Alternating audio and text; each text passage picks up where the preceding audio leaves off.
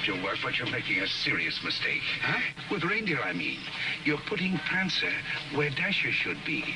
And Blitzen should always be on my right-hand side. He should, huh? Yes, and another thing. Donna's antlers have 4 points instead of 3. But I don't suppose anyone would notice that except me. No, I don't suppose so. Say, who are you? My name is Kringle. Kris Kringle. Well, glad I could be of help. Goodbye.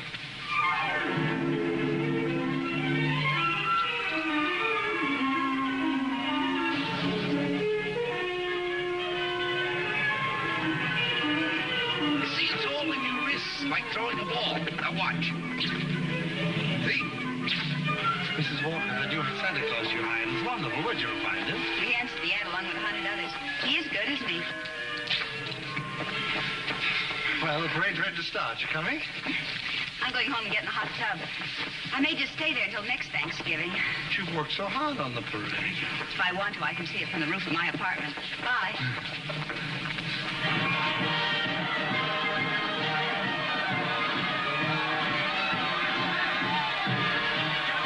Look at that big baseball player. He was a clown last year. They just painted him different. My mother told me. She manages the parade. Wow. He's really a giant, isn't he? Really, Mr. Gailey. And you a lawyer. There are no such things as giants. Well, maybe not now, Susan, but in olden times, like the giant Jack killed in the fairy tale. Oh, one of those. I don't know any fairy tales. You mean your mother or father never read you any? My mother thinks they're silly, and I never met my father. You see, my mother and father were divorced when I was a baby. Well, that baseball player sure looks like a giant to me. Come in. Hello. My housekeeper told me Susan was here. I'm her mother. Yes, Susie's told me quite a bit about you. She's told me quite a bit about you, too. The man in the front apartment. Hi, dear. Parade's much better than last year. Good. Hope Mr. Macy agrees with you. Would you like a cup of coffee? Oh, don't bother. No bother. It's ready. I want to thank you for being so kind to Susan. All part of the plot. Surest way to meet the mother is to be nice to the child. What a horrible trick. Susan tells me you don't approve of fairy tales. I don't. I think we should be realistic and completely truthful with our children. Not let them grow up believing in a lot of myths and legends. Like Santa Claus, for example. I see. The parade's over, Mother. The acrobats were good. Those prices, they should be. Mother, I was thinking, we've got such a big turkey for dinner, and there are only 2 of us. Couldn't we invite Mr. Gailey? Couldn't we? Oh, dear. Oh, please don't bother. I'll just get a sandwich or something. It's an awful big turkey. Oh, it's not that, dear, but I'm sure Mr. Gailey has other plans. No, he hasn't. Have you?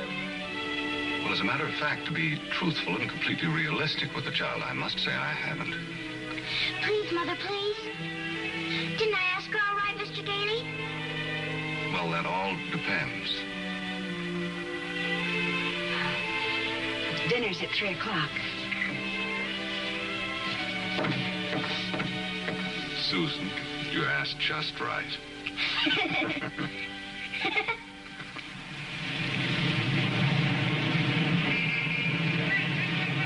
Before those screaming brats arrive, I want to give you a few pointers on how to be a good Santa Claus.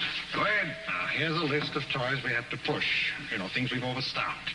You'll find that a great many children are undecided as to what they want for Christmas. When this occurs, you immediately suggest one of these items. You understand?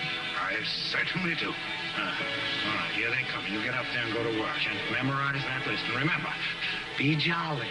You're working for Macy's. Imagine that.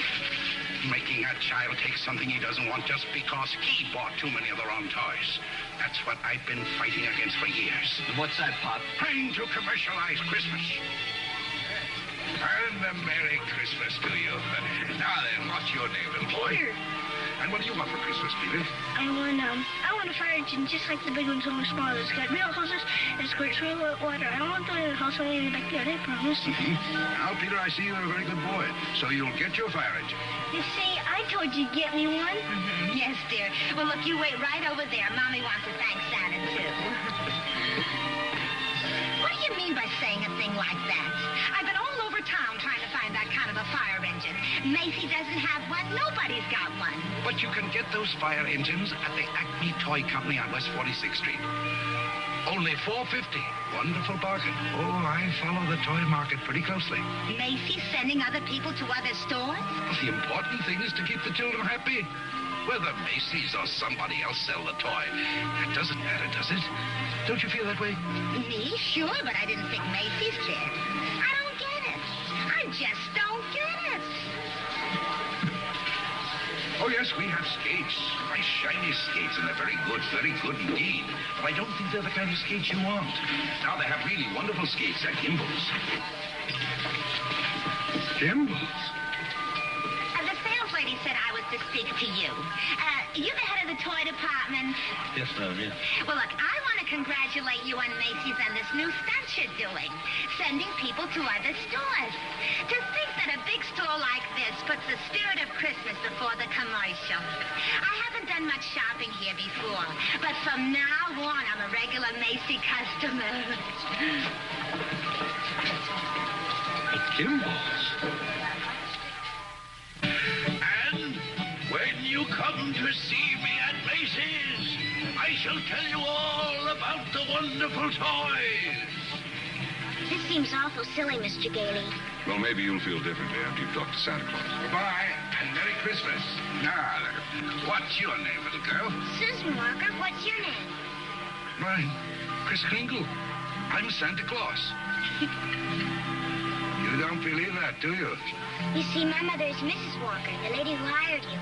But I must say, you're the best-looking one I've ever seen. Thank you. Your whiskers don't have those things that go over your ears. That's because they're real. Just like I'm really Santa Claus. Go on, pull them. Oh, go ahead, pull. That's it. And what do you want me to bring you for Christmas? Nothing, thank you. Whatever I want, my mother will get me. Sensible and doesn't cost too much. Susan, dear, I think you've taken up enough of this gentleman's time. Your maid had to go home. Her mother sprained her ankle. She asked me to bring Susan down here for you. Yes, she phoned. I thought as long as we were here, we might as well talk to Santa Claus. He's a nice old man, Mother. And his whiskers are real, too. Yes, dear. A lot of old men have real whiskers like that. Susan, if you'd like to go over and look at the dolls, I'll be with you in just a minute. I want to talk to Mr. Gailey. I didn't think there was any harm in saying hello to the old gent. I'm sorry. I think there is harm. I tell her Santa Claus is a myth, and you bring her down here to meet a very convincing old gentleman with real whiskers. What's wrong with that? Why, filling her full of fairy tales, she'll grow up to believe life is a fantasy instead of a reality. Keep waiting for Prince Charming to come along, and when he does, he'll be a... We were talking about Susie, not you. Whether you agree with me or not, I'll have to ask you to respect my wishes.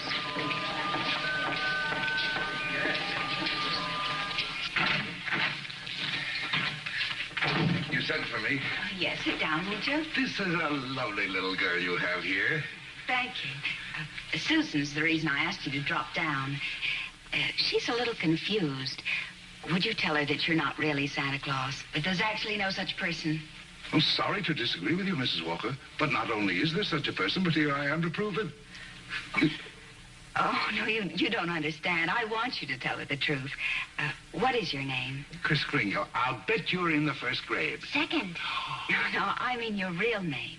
It is my real name. Second grade. Good gracious. It's a progressive school. Oh, progressive school. Well, where did you get such a lovely outfit? Macy's. We get 10% off. Susan, would you go in and talk to Mrs. Adams for a minute? All right. Goodbye, young lady. Hope I see you again soon. I hope so, too. Bye. Kris Kringle. Address, Brooks Memorial Home for the Aged. If you care to call them and ask for Dr. Pierce, he'll be happy to confirm it. Age as old as my tongue and a little bit older than my teeth. Now, really?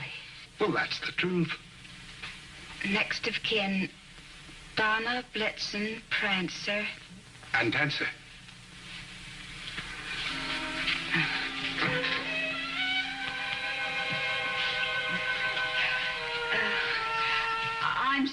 Mr.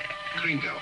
Yes, well, I'm afraid we're going to have to make a change. You see, the Santa Claus we had last year is back in town, and, well, I feel I owe it to him to, Have I done something wrong? No. Excuse me. Yes? Mr. Macy wants to see you immediately, Mrs. Walker. Oh, yes, right away. You'll have to excuse me. Miss Adams will give you your voucher on the way out, and you'll receive a full week's salary.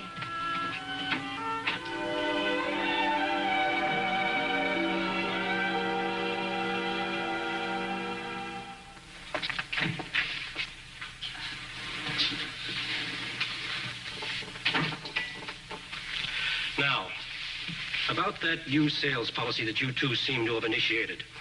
It would have been better to clear it with the sales department first, don't you think? Mr. Macy, Macy's Santa Claus sending customers to Gimbel's. Preposterous. What? Yet, we cannot quarrel with success. Telephone calls, telegrams, over 500 parents expressing their undying gratitude to Macy's.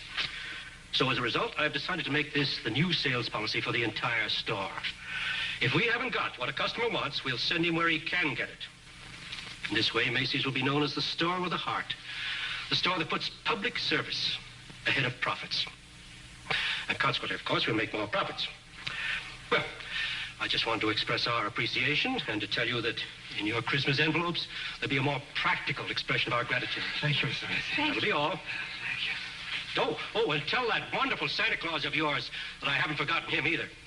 No, never mind. I'll tell him myself. In the morning.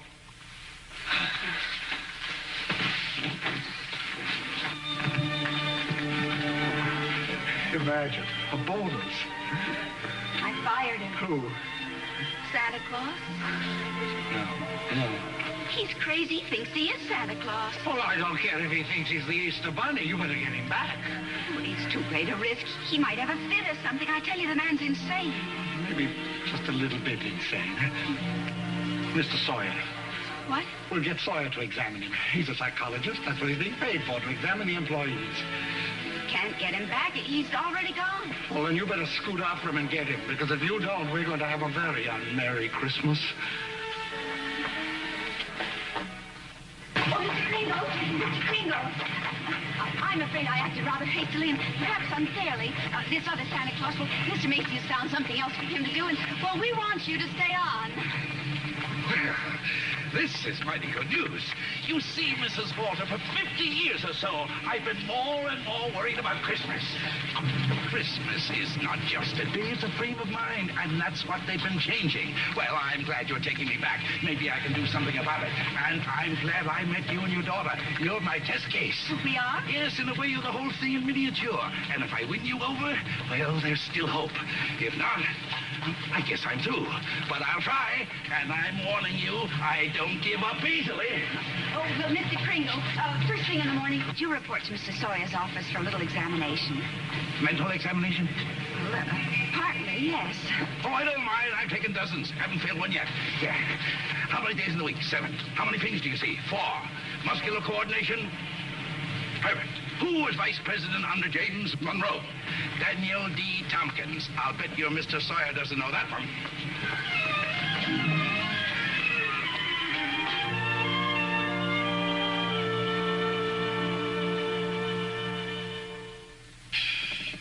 How much is 3 times 5? You asked me that before. I'm conducting this examination. How much is 3 times 5? Same as it was before. 15. You're rather nervous, aren't you, Mr. Sawyer? Do you get enough sleep? My personal habits are of no concern to you. Oh, I'm sorry. It's just that I hate to see anyone all tied up. How many fingers do you see? 3. You bite your nails, too? I want you to stand up straight with your arms extended. Muscular coordination test. Surely I'll be glad to. You know, very often nervous habits like yours is caused by insecurity. Are you happy at home, Mr. Sawyer? That will be all, Mr. Kringle. The examination's over. You may go. And it may interest you to know that I've been a happily married man for 26 years. Oh, I'm delighted to hear it. Bye. Your wife, Mr. Sawyer? That's it. Agnes, how many times have I told you not to bother with the office?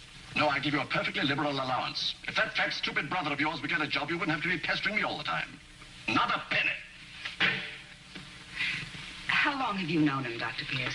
Well, he wandered into the home about 8 months ago. Looked the place over and said, well, it'll do. Just stayed on. Has he ever told you his real name? He said he was Kris Kringle. We never pressed him further.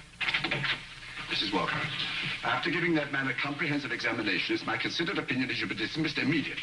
Dr. Pierce, Mr. Sawyer. Excuse me, didn't Kris answer the questions correctly? Well, yes, he did, but there was a complete lack of concentration. There's no doubt about it, he should be placed in a mental institution. Wait a minute. People are institutionalized to prevent them from hurting themselves or other people. His is a delusion for good. He only wants to be friendly, helpful.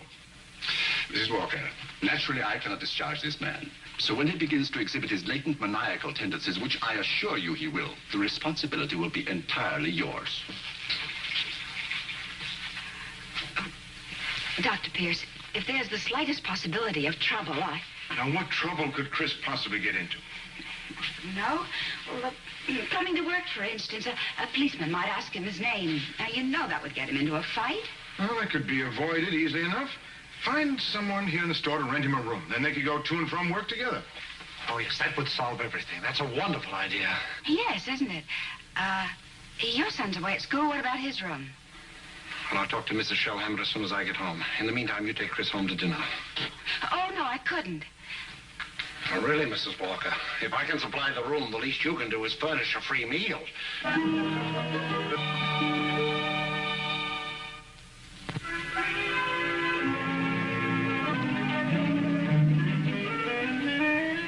What sort of games do you play, Susan? I don't play much with the children. They play silly games. They do. Like today, they were playing zoo, and all of the children were animals. Homer was supposed to be the zookeeper. He said, "What kind of an animal are you?" I said, "I'm not an animal. I'm a girl." He said, "Only animals allowed here. Bye." Oh, that's too bad. Sounds like a wonderful game to me. Of course, to play it right, you've got to have imagination. Do you know what imagination is? That's when you see something and it's really not there. Well, yes. But I believe imagination is a place by itself. Yeah, you know, like, well, you know, the British nation and the French nation. Well, this is imagination. Say, how would you like to make snowballs in the summertime? Or drive a bus down Fifth Avenue? Or be the Statue of Liberty in the morning, and in the afternoon, a flock of geese flying south? Well, the first place, you'd have to learn to pretend. That's imagination. Now, the next time they play zoo, you tell Homer you're a monkey. But I don't know how to be a monkey. I'll show you. And stand up. First, you bend way over. That's it. Keep your arms loose. Now, then you scratch. On the contrary, the firm of Hazlitt, Sherman, and Hazlitt has been very good to me. But being an exceptional lawyer, I want to open my own office. Naturally. We're having our first lesson in pretending, and we're doing pretty well, too. She'll be having nightmares for weeks. But she'll be having a lot of fun in the daytime. Hello? Oh, Mr. Shellhammer, that's fine. The Shellhammers have a room for you. That's very kind of them, but I've accepted Mr. Gailey's offer to stay with him. Mr. Gailey? I'll get the meat. Oh, thank you, Mr. Shellhammer, but it seems he's made other arrangements. Yes, well, goodbye. Well, here we are. Steak. No, it's venison. A friend of mine at the office gave it to me. What's venison? Oh, deer meat. If you don't like it, I have eggs for you. Could I have eggs, too? Venison, you know, I couldn't. Oh, I forgot. Well, there must be something you want for Christmas. Something that even your mother doesn't know about. Why don't you give me a chance? All right. Good. That's what I want for Christmas. A doll's house like this? No, a real house. A real house? If you're really Santa Claus, you can get it for me. And if you can't, just a nice man with a white beard like Mother says. Well, just because every child doesn't get his wish, that doesn't mean there isn't a Santa Claus. That's what I thought you'd say. But what could you possibly want with a house like this? Live in it with my mother. But you have this lovely apartment. But I want a bad backyard in a swing and she can't get it, huh? I didn't say that. Well, it's a tall order, but I'll do the best I can. May I keep this? Mm-hmm. Good night, Susan. Good night.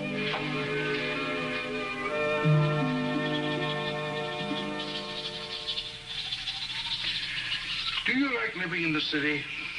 Oh, it's all right. I kind of like to get out in the country sometime, though. Not a big place, just one of those junior partner deals in Manhattan. I know the kind you mean. One of those colonial houses. Or Cape Cod. I've been thinking about Mrs. Walker. You know, like a lot of divorced women, she's determined that no one will ever hurt her again.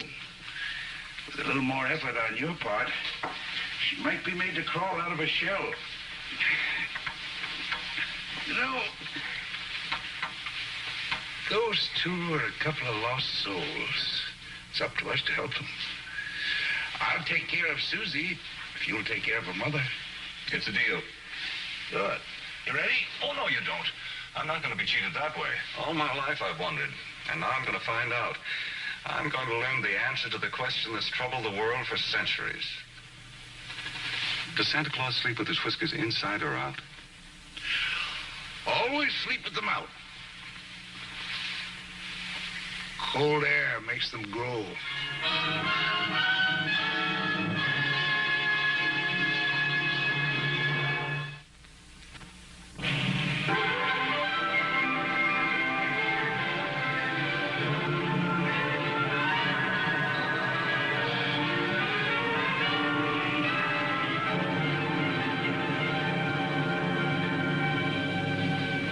One event I never expected to see. Two can play at this game, Mr. Macy. If Gimbals hasn't got what the customer wants, we'll send him over to Macy's. It'll be a pleasure, Mr. Gimble.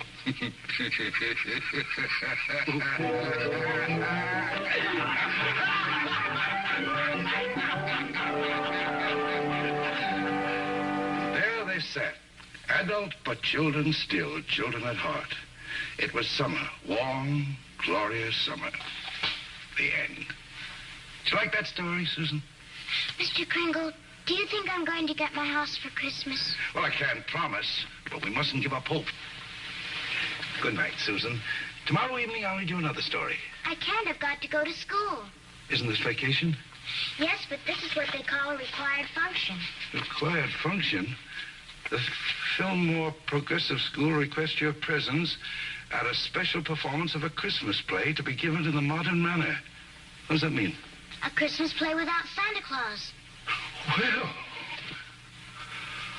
a Christmas play without a Santa Claus? The performance will be followed by a short address. Subject, exploding the myth of Santa Claus. The guest speaker will be Mr. Albert Sawyer.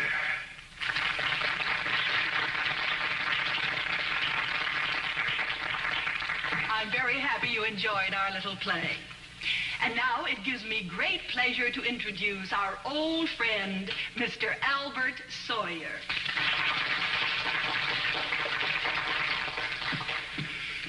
Parents and young people, it's thrilling indeed to see so many happy, smiling faces. I know you're all looking forward to a joyous Christmas. But as those of you in this intelligent group know, this is going to be a Christmas without Santa Claus.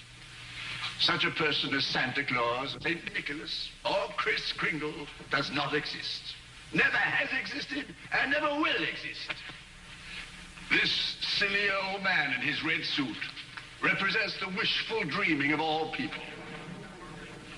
He's the all-giver, the generous father. Mature adults who keep this myth alive are clinging to childish fantasies and show themselves afraid to face realities. People who play Santa have a strong feeling of guilt. I see nothing to laugh at. Far from being amusing, this myth... Far from being amusing... Far from being amusing, this myth is actually harmful. Only stupid old men prancing around in white whiskers keep this ridiculous myth alive. Now he's gone too far.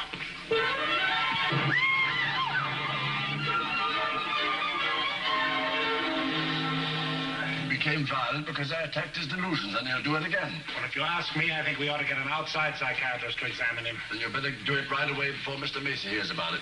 Oh, that's right. You explain it to Mr. Kringle. After all, you're his friend. No, I can't.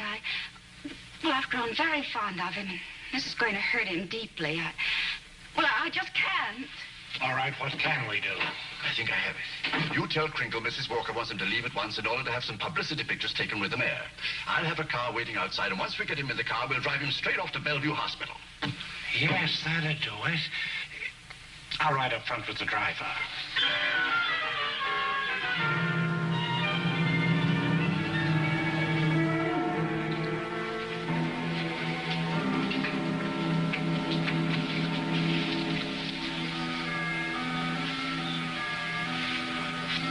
Chris. Hello, Fred. You flunked that psychiatrist examination deliberately, didn't you? Why? I had great hopes, Fred. I had a feeling that Mrs. Walker was beginning to believe in me. Now I know she was only humoring me all the time. Mrs. Walker didn't know anything about taking pictures with the mayor. That was Mr. Sawyer's idea. It isn't just Mrs. Walker. Take Sawyer. Contemptible, deceitful, dishonest. But he's out there, and I'm here. If that's normal, I don't want it. But you can't just think of yourself. What happens to you matters to a lot of people. People like me who believe in you and what you stand for. People like Susie who were just beginning to. Chris, you can't let them down. You're right. Let's get out of here. Now, wait a minute. You flunked that examination, but good. Yes. I said our first president was Calvin Coolidge. Oh, but you can fix that. You'll think of something. Now, take it easy. A judge is going to be asked to sign papers committing you to a mental institution. The only chance would be to prove you legally sane at a public hearing. Good. I can think of nothing better. Don't you see? That will settle the question once and for all.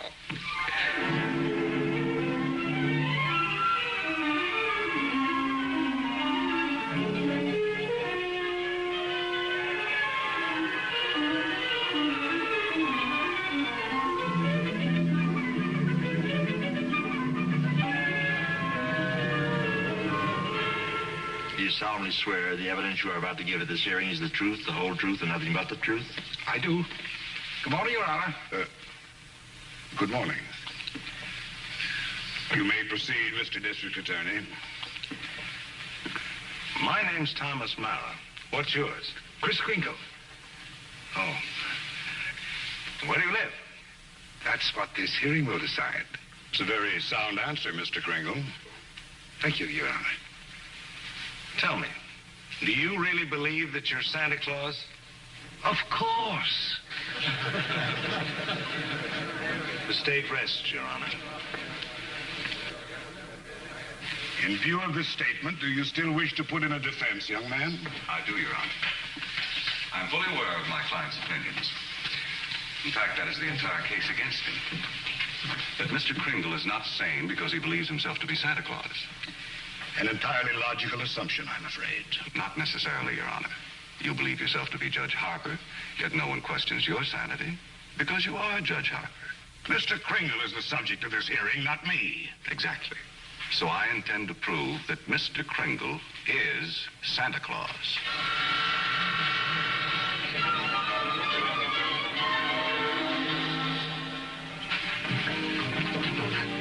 What does Mr. Hayslip, Sherman, and Hayslip say about the trial? That I was jeopardizing the dignity of the firm, that I either dropped the case or they dropped me. So, leaving me no choice, I quit. Oh, Fred, you didn't. Well, I can't let Chris down. He needs me, and all the rest of us need him. Darling, he's a kind, wonderful old man, but... Well, you can't throw away your career because of sentiment. I'm not throwing a career away. I'll get by. I'm a darn good lawyer. This doesn't shake your faith in me, does it? This is a question of common sense, not faith. Faith is believing in things when common sense tells you not. I wish you could let yourself believe in people like Kris, and in fun, and love, and joy, and all the other intangibles. Can't pay the rent with intangibles. And you can't live without them. Why don't you try a little blind faith, darling? String along with me. I think I'd better right to ask that. I think I have the right to ask you to be a little bit more practical and realistic. Yeah, I suppose you have. It's all cockeyed. Here we are, as close as two people can possibly be, and yet there's a loneliness about it. I've tried my best. I know you have, darling, and so have I. But we're going to need a lot more than each other's arms. And somehow I just don't think we've got it.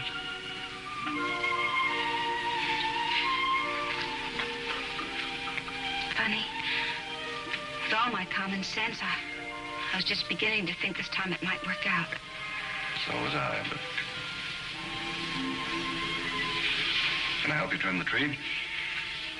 Thanks, I can do it. Well, good night. Good night.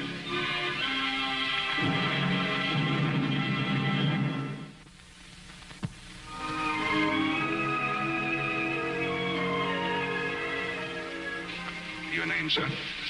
R.H. Macy. Do you recognize this man? Yes, he's an employee of mine, Kris Kringle. Do you believe him to be of sound mind? I certainly do. Mr. Macy, you're under oath. Do you really believe that this man is Santa Claus?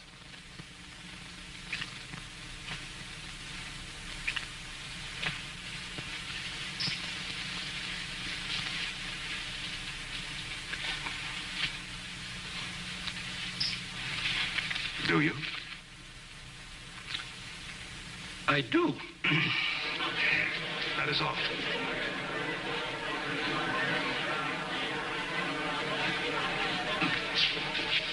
You are fired. Your Honor, there is no such person as Santa Claus, and everybody knows it. I ask that the court make an immediate ruling. Is there or is there not a Santa Claus?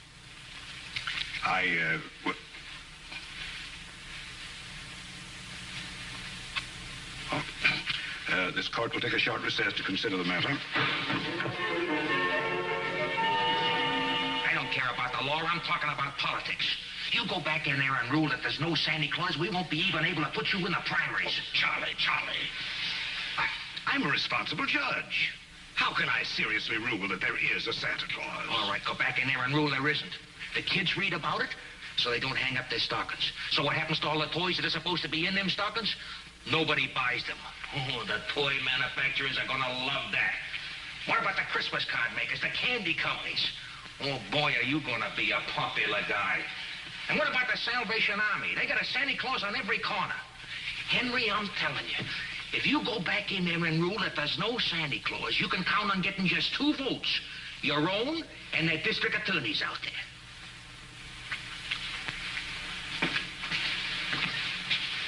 One.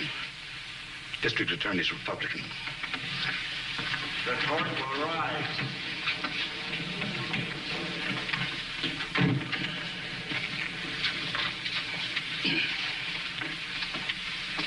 This court has just consulted the highest authority available.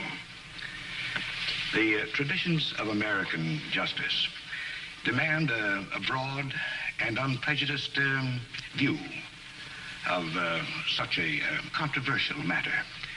And therefore, this court is determined to keep an open mind and hear the evidence from either side. But can my opponent produce any evidence in support of this contention? Your Honor, I can. Will Thomas Mara take the stand? Who, me? Thomas Mara, Jr. Thomas Mara. Hi, Daddy.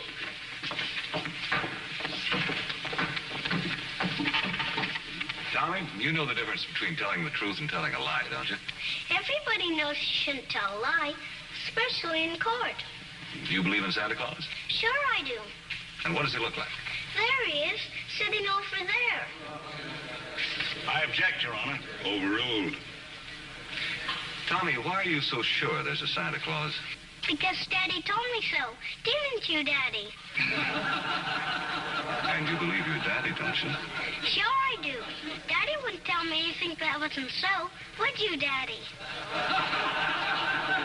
Thank you, Tommy. Bye, Daddy.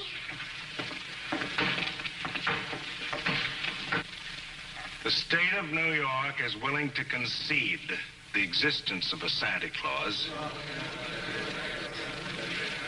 But I ask that Mr. Gailey produce authoritative evidence that Mr. Kringle is the one and only Santa Claus.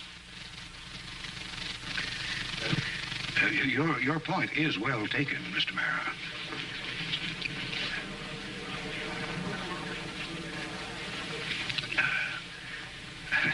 Mr. Gailey, are you ready to show that Mr. Kringle is Santa Claus? On the basis of competent authority? Not at this time, Your Honor. I ask for an adjournment until this time tomorrow. This court stands adjourned till 3 o'clock tomorrow afternoon. That's already. What are you doing? Writing to Mr. Kringle to tell him I believe in everything he told me. Everything will turn out fine. That's nice. He'll like that. Where shall I send it? Why don't you send it to the county courthouse? Okay.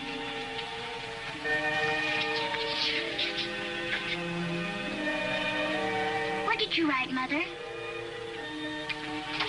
I believe in you, too, Doris. Go take your bath now.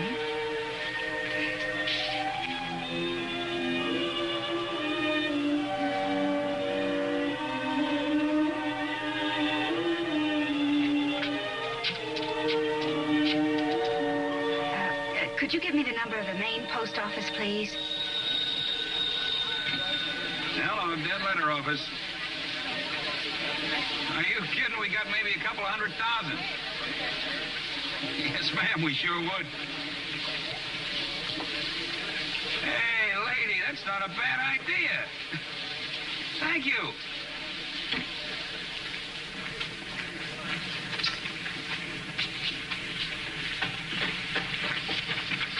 Chris, I've got bad news for you. I've tried every way to get some competent authority. I wired the mayor, the governor, everybody. Susan. And means more to me than all the mayors and governors in the world. It's all over. He hasn't got a thing.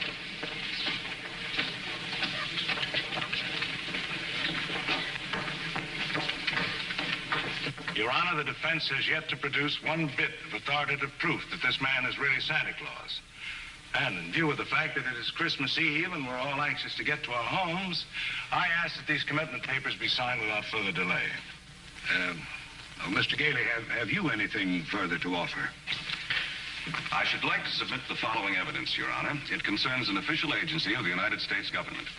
The Post Office Department, one of the world's largest business concerns, did a gross business last year of $1,112,877,174. Your Honor, I'm sure they're all deeply gratified to know that the Post Office Department is doing nicely, but it hardly has any bearing on this case. Furthermore, the U.S. postal laws make it a criminal offense to willfully misdirect mail or intentionally deliver it to the wrong party. Your Honor, I'm sure that the state of New York is willing to admit that the Post Office Department is authoritative, prosperous, and efficient. For the record? For the record. Anything to get on with this case. Then, Your Honor, I offer these letters in evidence. They're simply addressed to Santa Claus, yet they were each delivered to Mr. Kringle by bona fide employees of the Post Office Department. I offer these as authoritative proof. Your Honor, 3 letters are hardly authoritative proof. I have further exhibits, Your Honor, but I hesitate to produce them. Oh, I'm sure we'd all be glad to see them. Oh, yes, indeed. Put them on my desk. On your desk? Yes, yes. Very well, Your Honor.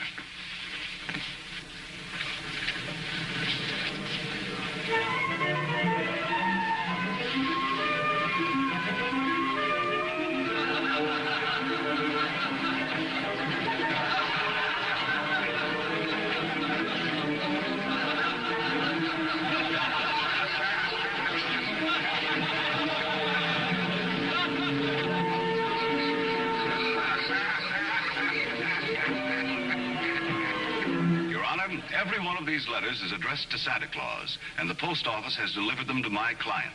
Therefore, the United States government recognizes this man, Kris Kringle, as Santa Claus. If the United States of America believes this man is Santa Claus, then this court will not dispute it. Case dismissed. Thanks, Your Honor, and a Merry Christmas to you. And a Merry Christmas to you, Mr. Kringle. Oh, I got your note. It made me very happy. Oh, I'm glad. Kris, won't you come to dinner tonight? I know. I'm working tonight. You see, it's Christmas Eve. Merry Christmas!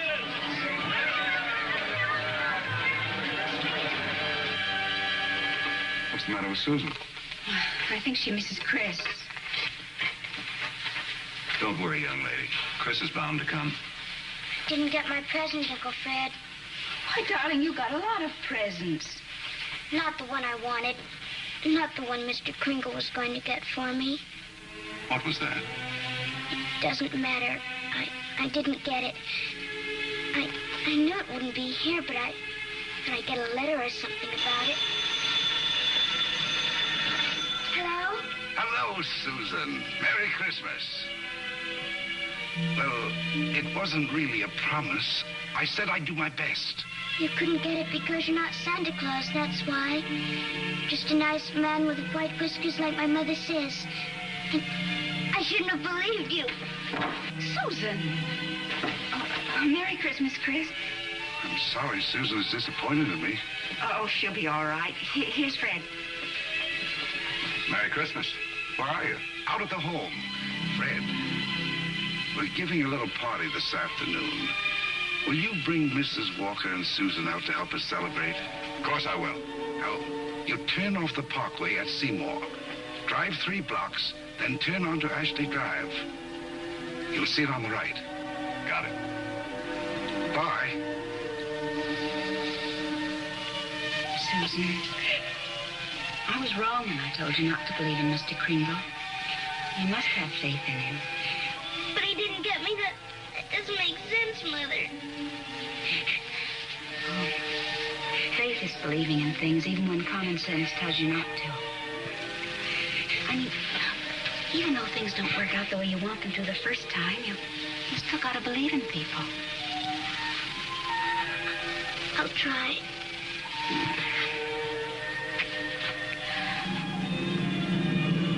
There it is, Ashley Drive. I do believe. I do believe. I do. Stop, Uncle Fred, stop! Susan!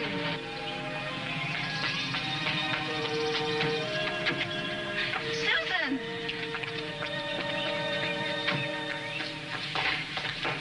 Susan? You shouldn't be running around in other people's houses. But this is my house, Mommy. The one I asked Mr. Kringle Now, for. Susan, darling. It is. I know it is. Oh, you're right, Mommy. If things don't turn out right the first time, you still got to believe.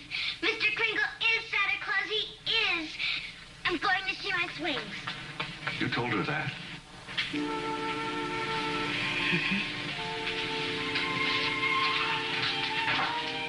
The house seems to be for sale. We can't let it down. Oh, Fred. Darling, I always believed in you. It's just my ridiculous common sense. Well, it even makes sense to believe in me now. I take a little old man and legally prove that he's Santa Claus. Now, you know.